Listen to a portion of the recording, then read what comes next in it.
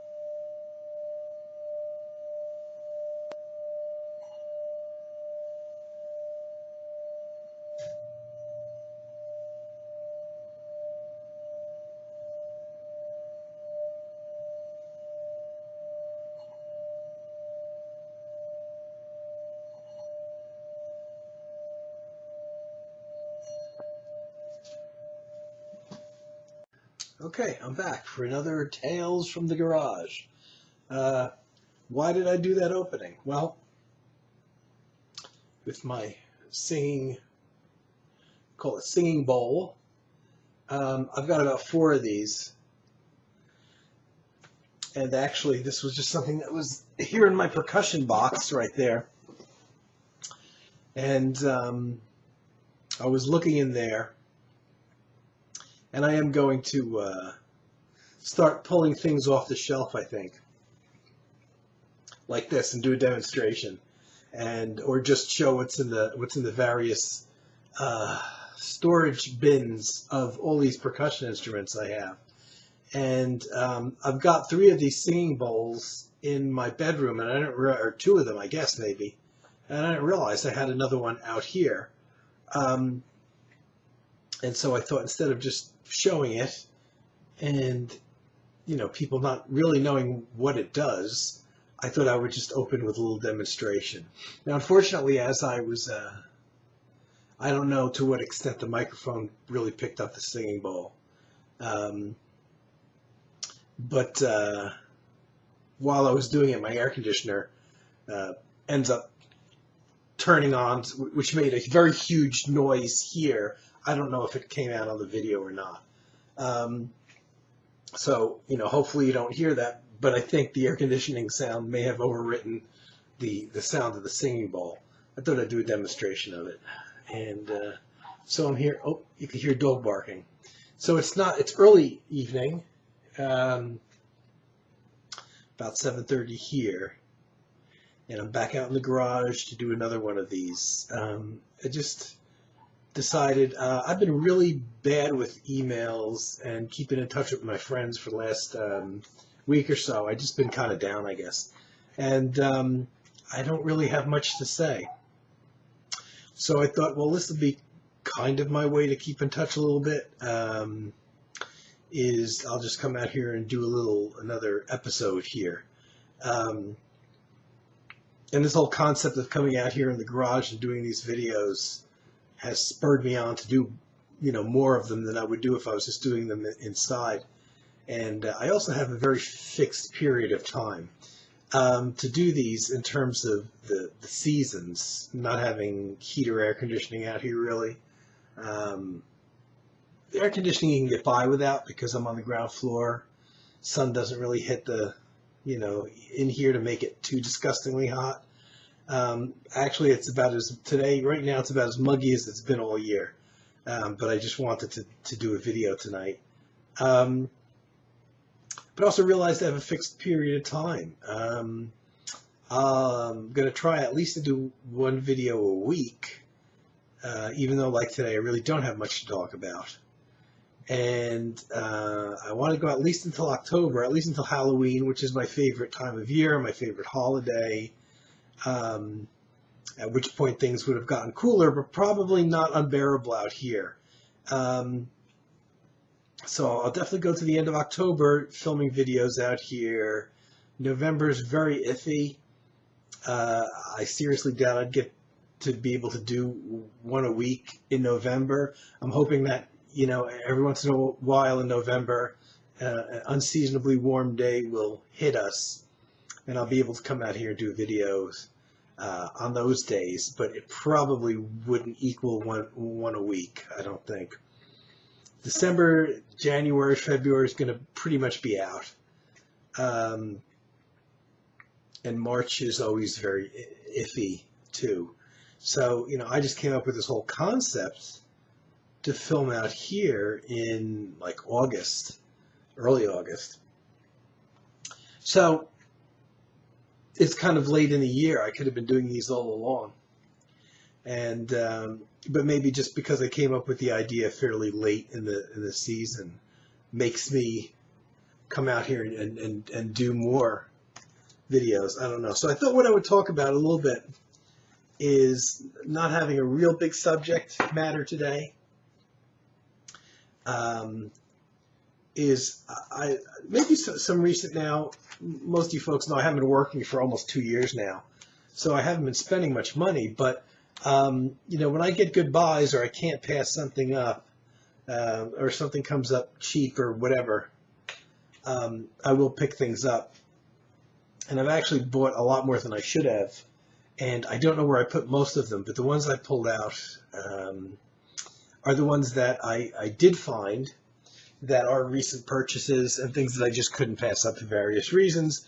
The first being Tangerine Dream's Particles, which is something made by the band since Edgar Fressa passed away. So it caught my interest there. It's 2 CDs, but it's 2 short CDs. It's about 88 minutes total, so it's really only about 8 minutes longer than you could fit on a single CD, but split up into 2 kind of interesting concepts. The second one, which is pretty short, the second CD, is a live one. And it's interesting because now the band is playing live without its only constant member, Edgar Fressa, and a bunch of younger guys who are actually really good, kind of carrying on in the name, even though they hadn't been part of the band for a long time, apart from one member, Thorsten Quayes-Chung, or however we pronounce his name, we're not sure. But they do 5 tracks. Mothers of Rain, which is from Optical Race, which is from about 1988 or so, which is one of my favorite tracks from that whole period that they did. That was a period where it was just a 2-man Tangerine Dream with Edgar Fressa and Paul Hasslinger.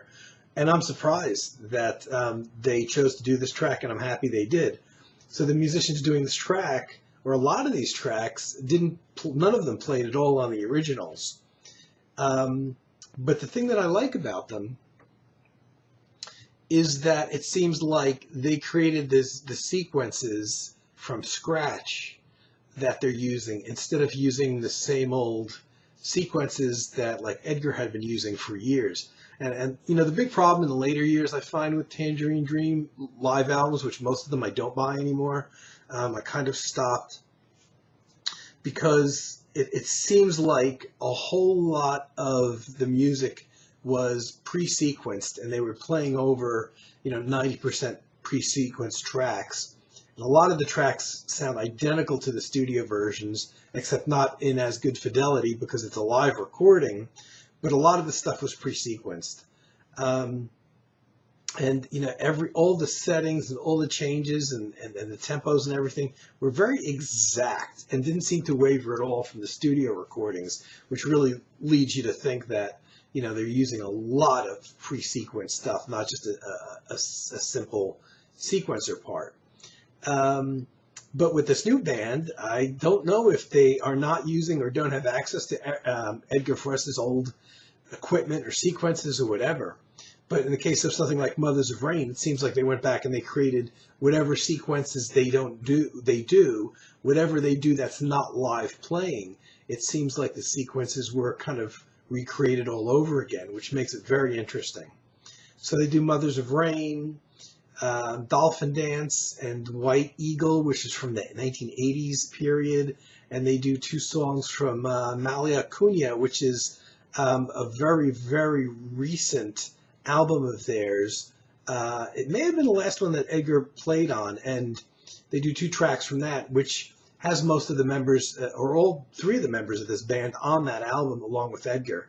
So some old stuff from the 80s, and then a couple of new things. This could have been longer, really. I think, I could be wrong, I think the CD is like 35 minutes or 40 minutes tops, the live one. The studio one's a little bit longer, and the studio one is really the one that made me buy it, because it's basically got one short track, which is themed to a TV show I've never seen called Stranger Things. So supposedly this TV theme song was done by musicians that very much are influenced by Tangerine Dream. So in turn, Tangerine Dream comes and does their own version, a cover tune of this theme. I have never heard the original or seen the TV show, so I don't know how it rates compared to that. That's like a 5-minute track. And they do about half of Rubicon, 17.5-minute version of Rubicon, which is one of the classic, definitely one of my top 5 favorite Tangerine Dream albums. So that's literally about half of Rubicon. They do a version of that. It's certainly not note for note perfect to the original. It could go on for about 5 minutes before I would even realize what it was if I hadn't read the title. But it's interesting to hear kind of a different version of it. The last track, though, is really, that I'm going to talk about anyway, is really the one that made me buy it. It's a 29-minute piece called 4 p.m. Session that's totally improvised. Improvised live in the studio by the 3 musicians that are in Tangerine Dream currently. And that's the one that sold it for me, that made me go, I've got to hear this, I got to pick it up. It's much more experimental, it's free form. It's a really good piece. It's actually kind of, to me, brings back the days of Zeit, which is my favorite Tangerine Dream album. And it's weird because if Edgar were still around and in the band, I don't think he would have ever done this. I think, he toward the end, really pretty much since the late 80s, he got into shorter, more concise pieces, and I think a lot less improvisation and a lot less freeform stuff. And a lot of the fans of the classic era, like me, of Tangerine Dream, really like that freeform, early, long-form, long-period, long tune stuff from that period. So this 4 p.m. session thing that they did is really nice. It's very interesting. To me, the most interesting thing on the album. So, yeah, cool cover too. So I like it. I'm not sorry I picked it up. And then there's something, I'm not going to really do a review of this because my buddy Carm did one. And I think we ordered the CD at the same time. That's the newest, Wolfgang Downer and Son, just the 2 of them, called Electronic Mayhem. Wolfgang Downer and his son, the drummer, and Wolfgang on keyboards. And this is one 44-minute long piece that, just like Carm said in his video when he reviewed it, going back, I want to say a couple months ago at least, interesting that they didn't index the different sections on the CD. It's just one long track. I kind of like that because it brings you back to the days of the albums. And I think a lot of times musicians are sequencing these tracks and putting breaks in places that they don't really even belong. It's not like there's a clear part 1, part 2, part 3. A lot of these sections bleed into each other. And when you start putting divisions in there, it kind of, I don't know, depending on what format you're listening to it, like on MP3, if you're listening to it on a lot of MP3 players, there'll be a brief break as it changes from track 1 to 2 to 2 to 3. And kind of breaks up the music. It's okay if there's a break in there in the music itself, but a lot of these pieces go on. But on this one, there's actually they could have actually inserted made different tracks out of it. But because it gets quiet in between sections, so you could actually delineate between one part and the next. But I kind of do like the fact that they didn't do that they left it as one big long piece of about a little bit over 44 minutes, a live performance, which even with sequencers and stuff, it kind of amazed me because I'm hearing a lot of things going on. It seems like there's a lot going on for two musicians playing live. And this is their latest. I had to pick that up. And the interesting thing is, you can see I still got the shrink on here. I haven't actually opened the CD. I happened to buy this one because it was very inexpensive when it came out on Amazon. And on some albums on Amazon, you get a free download of the album when you purchase the CD. And I purchased the CD, got the free download, so I've been listening to the download ever since. And it took over 3 months to get the CD. I pre-ordered it, so I knew it was going to take a while. And I think even with the pre-order, I got the download, oddly enough, right away before the release date, if I'm remembering correctly. And they just didn't get any stock in. So it took like 3 months for me to get the physical CD. So by the time I got the CD, I've got the file already in my computer, and I've been listening to it for months. So I haven't actually opened the CD. And a nice find, moving ahead, is an album that I actually posted up in full because it's been out of print for a lot of years. Anthony Davis, James Newton, Abdul Wadud, I've Known Rivers, which I've had on vinyl and still do since pretty much the month it was released on the now long defunct Gramavision record label, which came about in the early 1980s. This album is from 1982. And Gramavision was great. They were a little bit like an American ECM in that they had jazz, but not the bebop kind of jazz. They had a lot of chamber jazz, and this is very much in the vein of an ECM album, an acoustic chamber jazz album. Anthony Davis on piano, James Newton on flute, and Abdul Wadud on cello. Just those three, so there's no bass, no drums. And they're playing, originals written by the guys in the group. I've had this forever on vinyl since it came out in 1982. I've wanted it on CD, but the record label went out of business a long time ago, and CD copies were never easy to come by. And I don't know if you can see on here, there's a cutout notch. This was a cutout, which is okay. But I'm kind of OCD about buying CDs. I really don't like to buy used CDs, and I will on occasion. But this happened to be, even though it's a cutout, this was sealed, and I got it for a good price. And I was amazed when I actually found the sealed copy of this, despite the cutout.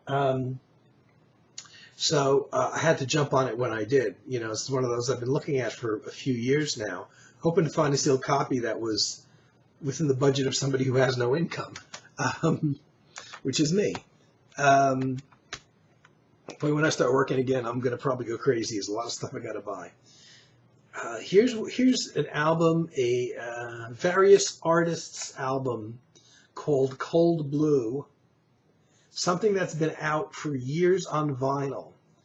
This originally came out, I want to say, in 1984. Cold Blue is actually the record label, I believe based out of California, that this was on. And this originally came out in 1984 on vinyl. And already at that point, I was a Harold Budd fan. And there's one track that Harold Budd created for this album, specifically that has not been on any of his other albums. And somehow I learned about this very early on, long before the days of the internet. I learned about it, I know by 1985 I was aware that this album was out there, and I wanted to get it for the Harold Budd track. And of course at that point there was only vinyl out.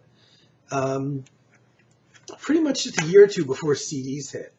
But I could not find a copy. There were various mail order catalogs that sold Cold Blue albums from this record label, the handful of things they put out, but they couldn't even get this one in stock. So I tried in vain for years, and of course it went out of print. And for a while, the Cold Blue label was just gone and defunct.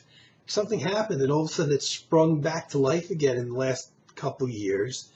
And they started re-releasing some of their albums, and also new albums, I believe, on compact disc. And this Cold Blue sampler, it's called the sampler, was one of them.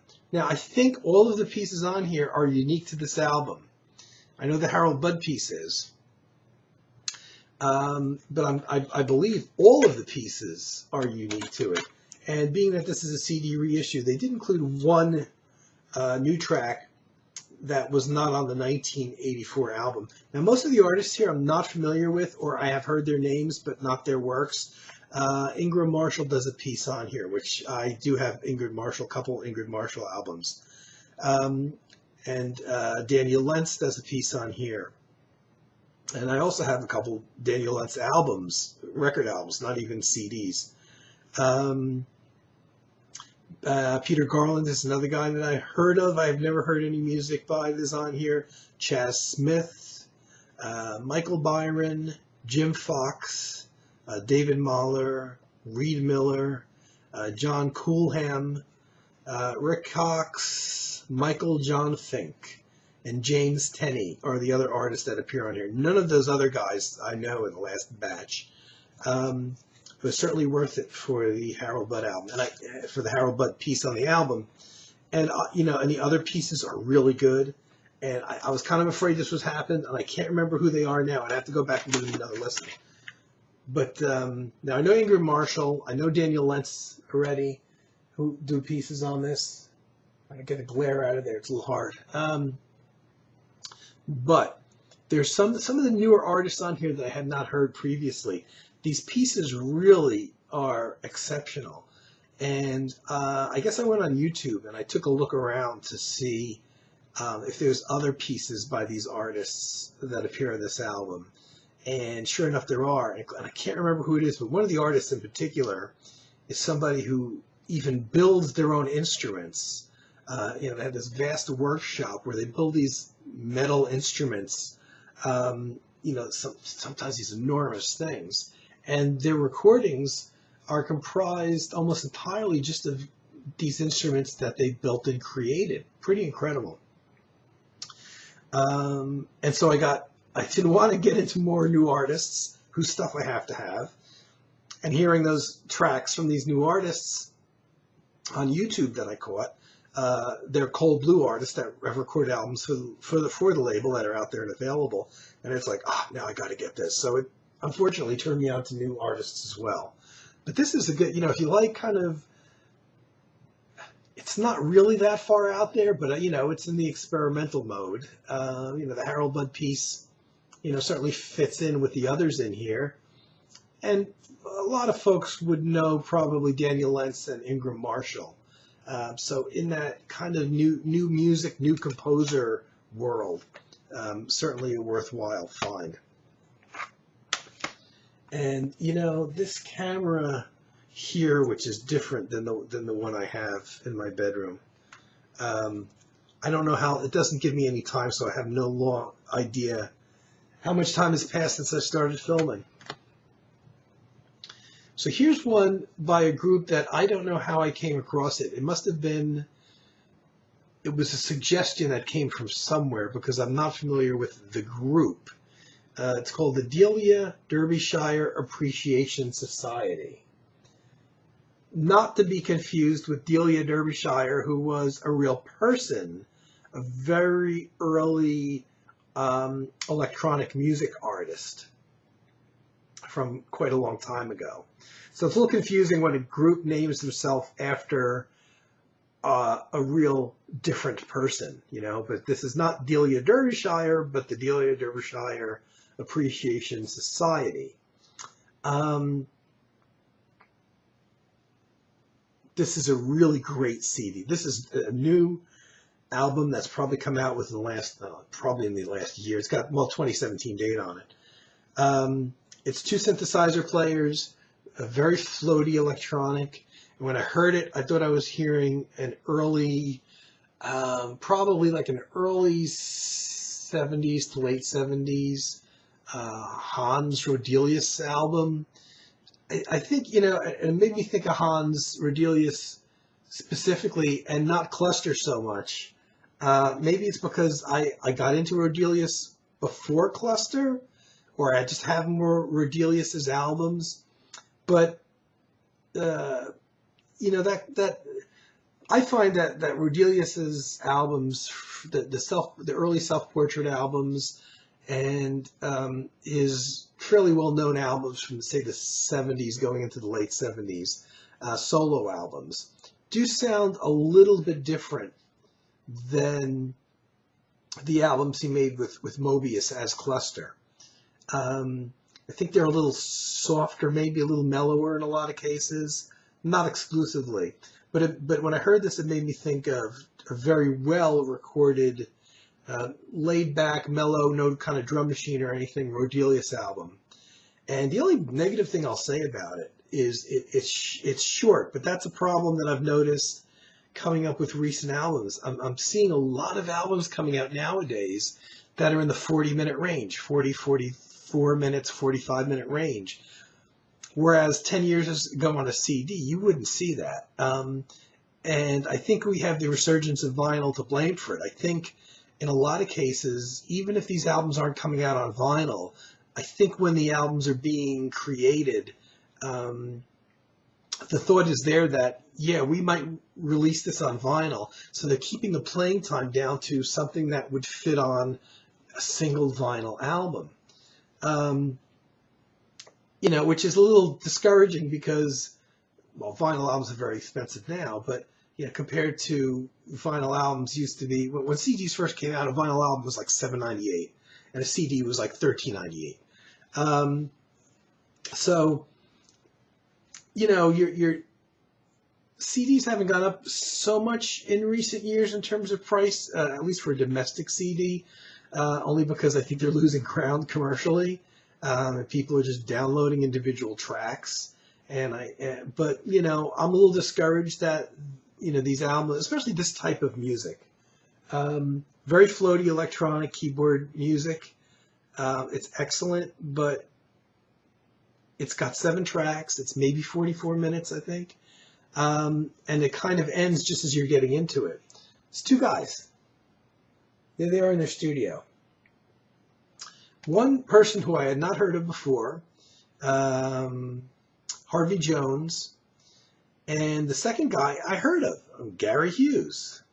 And one of them, I don't know who lives where, but it's an interesting pairing. I don't know how these 2 got together, but it's an interesting pairing because one lives in New York and the other one lives in Wales in the UK. So I don't know if they go to each other's house physically. It seems like they are doing recording at both locations, but I don't know if just one of them is doing his part in his home, another's doing their part in their home, and they're just swapping files on the internet or however. But it's interesting how these 2 guys are working together. Obviously, at some point they're in the same room together, unless that's a doctored photograph. But it's old keyboards. Gary Hughes was a guy that I was familiar with that I hadn't heard of from years because I had an album of his from 1980. Of course, I can't find the date on there. It's so small I can't read it. 1986. Here's Gary Hughes' album that probably a whole lot of you have seen. On the very, very, very short-lived American label Audion, which was Larry Fast's label, which, God, I think if they were around for 2 years, it was a lot. It was like 86, 87 were pretty much the only time they were around. And Gary Hughes did this album for them. And I just was familiar with the label based on 1 or 2 artists that I picked up on it. And they were pretty much an electronic music label, very much keyboard based. And so for a couple years there that they were around, I was picking things up blindly without ever hearing any of it. And that's where I knew Gary Hughes from. Now, once his label went kaput, I didn't hear from Gary Hughes anymore. And all of a sudden, he shows up in Delia, Derbyshire. And I like what he's doing here better than his solo album here. But I think this is 86. I think the problem with this particular album is not the music so much as the instruments. You had that, this was right at the heart of that period of synthesizers that I can't stand the sound of, those, the new wave synthesizers that came out in, the early digital synthesizers that came out in the, right around 80, 83, 84, 85, 86, right in there, tended to sound very hollow and thin. And it might work in new wave music, but it didn't work in a lot of other music. And yet a lot of musicians adopted these synthesizers. And an album like Sacred Cities, the Gary Hughes album, I think suffered from it. It would be very interesting to hear what it sounds like in today's technology. But yeah, I heard this, this was probably recommended to me. Probably on Amazon or something like that. And, I just had to get it. I think I bought it as a pre-order or pretty much as soon as it came out. So got it for a decent price. I highly recommend it. And here's another one I picked up. Here's an old out-of-print one that I picked up. An album called Music Mantras 1. Now, this is something that, if anybody out there knows Carm, may know it. This was something I had on my wish list for a long time. This is an album that came out, I don't know when, but it's on the DA Music label, which was basically a distribution label that was based here in New Jersey. That's long gone now, so everything they distributed in the U.S. is no longer available here. And they distributed Blue Orchid. They distributed all those Robert Schroeder albums that came from the 80s that were on a couple different labels. The IC record label they distributed. That's how those European albums got here in the U.S. was through this DA Music company that is no longer around. Now, this album I had in my wish list for years, knowing that it was out of print, kind of waiting for a good, cheap, sealed copy to come along. And it's from 1982, actually. I think it originally came out on cassette tape, because 82 CDs weren't coming out, but a few years after the cassette tape came out, it did come out on CD, fairly early in the life of CDs. Now, I didn't know much about it, and I recall hearing samples of it, like you would hear 30-second samples on someplace like Amazon or something, and really liking it and putting it in my wish list. But this was years ago. And now what came up for sale at a reasonable price, I got a sealed copy. And one of the reasons why I wanted to get it, even though I'm not familiar with Johannes Walter at all, is there are 3 tracks on here by Cusco, which is a band that I love. I haven't done a video on them yet. Christian Schultz and Michael Holm, those 2 guys, and a small group of musicians that created Cusco, this German band, essentially, that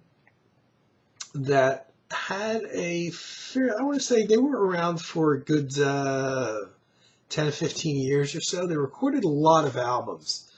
And as I've discovered recently, a lot of their stuff is very confusing because they made albums, I know in Germany, and I think they recorded some albums for the Japan market, and they didn't get released over here in America. And the ones that got released in America were sometimes, without giving any indication on the labels of the albums, were sometimes actually compilations of tracks taken from various of their German albums. So, you get duplication in a lot of their albums. So I bought import albums that had some tracks that were on the American albums with a completely different title. So a very confusing band, but I really, really did like them very much. and still do. And there's 3 tracks of theirs on here that I thought, my main reason for buying it, I thought the tracks on here were unique to this album.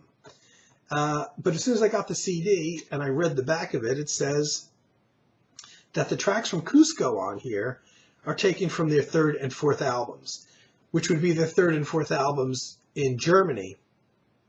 And I don't know whether or not the 3 tracks that are on here ever made it over to an American album or not, but they didn't call their albums like Volume 3, Volume 4 like they did in Germany, so it's kind of confusing. So I didn't know why Cusco would have 3 tracks on a Johannes Walter album until I pretty much read the liner notes and realized Johannes Walter isn't a musician so much, he's a producer. And specifically, he is a music therapist who also works as a record producer. So apparently he was a producer on a couple of these Cusco albums that these 3 tracks came from. There's 2 other artists on here. There's a total of 3 different artists on here, which wasn't clear in any of the listings so much that I saw of the album prior to buying it. I thought it was Johannes Walter, the musician album. Then I discovered Cusco's on here, and I thought, well, they, for whatever reason, threw on these Cusco tracks, or Cusco worked with Johannes Walter on these 3 tracks or something, not realizing they were tracks from an actual Cusco album. There's 2 other musicians on here. The guy whose name I don't know how to pronounce, called Mayhem Rolyat, Rolyat, who is a synthesizer player, who does 2 keyboard pieces on here, strictly just synthesizer, which are nice. And then there's about 5 other pieces by a guy named Paul Vincent, who is an acoustic guitarist. And his stuff sounds pretty much like Will Ackerman or like a lot of the early Windham Hill artists sounded like. And Johannes Walter does get like a co-writing credit on these guitar pieces along with Paul Vincent, but I don't know what Johannes Walter's input would have been apart from being the producer. But it's kind of, I wouldn't say it's a schizophrenic album, but the pieces don't exactly flow together that well because you've got 5 pieces that are essentially acoustic guitar. There's 1 or 2 that have a little bit more embellishment to them, but basically it's acoustic guitar pieces, 2 electronic synthesizer pieces, and then 3 pieces from Cusco. And the Cusco pieces are not pieces they're more up-tempo stuff with drums. But it's a weird kind of, it sounds like a compilation album, not like an album that is really meant to flow together. I thought it was a Johannes Walter album. But, when I bought it, I thought he was a musician. But it's just one of those things, live and learn, right? But it's interesting, the other 2 musicians on here, this Mayhem Rolyat and Paul Vincent, I don't know if the pieces on here are taken from albums. I think those pieces that are on here from those guys, which are 7 out of the 10 pieces on the albums, may be unique to this album. I'm not familiar with those musicians. I hadn't heard them before, and I don't think they're that common. So that's some of the new acquisitions. Not necessarily new stuff, but new acquisitions. Don't forget, I have a new album out. I'm gonna keep doing advertisements in here for my stuff. Now, I don't know why on this camera, when I'm recording video, it doesn't tell me how much time has passed. So I'm going to do my vinyl pull. I'm going to tilt the camera over there so you can see me. You can kind of see me. Well, this is the way. I got no place to put that. Pardon me while I move shit around. Okay, now I just want to make you aware that I can't even see the spines of the albums that I randomly choose. This is the open side. The open side of the albums is facing me. So I'm just going to choose something at random. Oh, okay. Here is Keith Jarrett's Book of Ways. This is an interesting album. One of the handful of Keith Jarrett albums that I have that I did not buy yet on CD. I'm sure it's out on CD.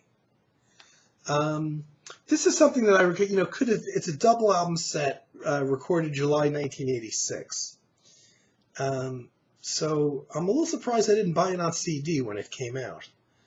Because I was pretty much an early adopter of the CD. So it's a 2-record set, just of all clavichord improvisations.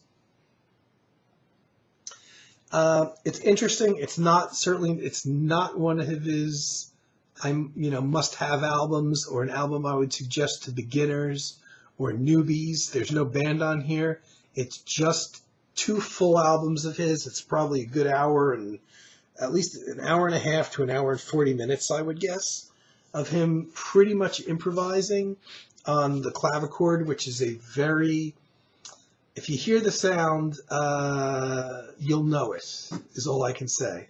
It's a bit of a thin-sounding instrument. I recall he plays 2 simultaneously sometimes. So one he may be holding a chord down, and another one he's doing runs on, similar to piano.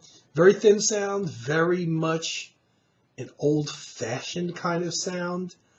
A very limited sound. It's a keyboard instrument that doesn't have the range of a piano, say. It's maybe got a range of a couple octaves, 2 or 3 octaves at most. But not a big range like a piano. But this is one that, I don't know if it's because I don't have it on CD, so I can't really listen to it, that I have had desires to listen to it in recent months. But the double CDs that ECM puts out are not inexpensive. So I haven't as yet picked it up. But now that I've done this damn random pull, now I really want to hear this again. But a few of you have this, and I'm sure Carm has this at least on album. An interesting choice.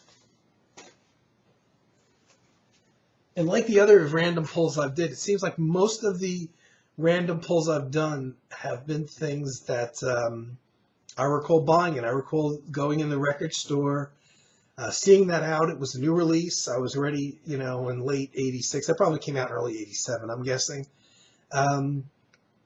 I was already very familiar with Jarrett then. And I remember where I picked that up. Once again, another record label, record store, record chain that doesn't exist anymore, called Disco Mat was the name of it. So Keith Jarrett, Book of Ways. Now I want to hear it. Okay, guys, this is probably, I got to find a way to figure out how to get a timer so I can see how long I've been recording. But it's another tale from the garage, another frightening tale from the garage for you. So I hope you're enjoying these, and I will be back very soon. Bye. Tales from the Garage is brought to you by Monster Out. Just spray it once a day throughout your home and keeps all monsters away, even invisible ones. Say goodbye to ghoulies, goblins, gremlins, mummies, vampires, and the living dead. Not effective on witches, chicken men, or rhino girls. And by Smoky brand cigarettes. 9 out of 10 doctors recommend smoky cigarettes to their patients. Remember, gals love a smoky man. Smoky, the key to great taste. Tune in next time for more Tales from the Garage.